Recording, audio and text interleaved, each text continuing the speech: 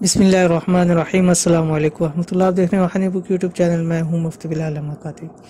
گزشتہ دنوں ہم نے آپ کو یہ خبر دی تھی کہ مولانا طارق جمیل صاحب کافی علیل تھے، اور جب اسپتال گئے ٹیسٹ کروایا تو ان کا جو آج کل عالمی وبا ہے اس کا ٹیسٹ پازیٹیو آ گیا تھا۔ اس کے حوالے سے پھر ان کو Rawalpindi C M H hospital میں داخل کیا گیا۔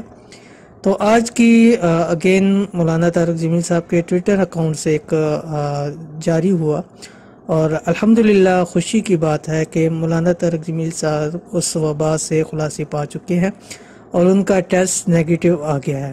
انہوں نے اپنی ٹویٹ بھی کی، اور ٹویٹ میں انہوں نے یہ بتلایا ہے کہ الحمدللہ آپ سب محبین کی دعاؤں سے میرا ٹیسٹ نیگیٹو آ گیا ہے۔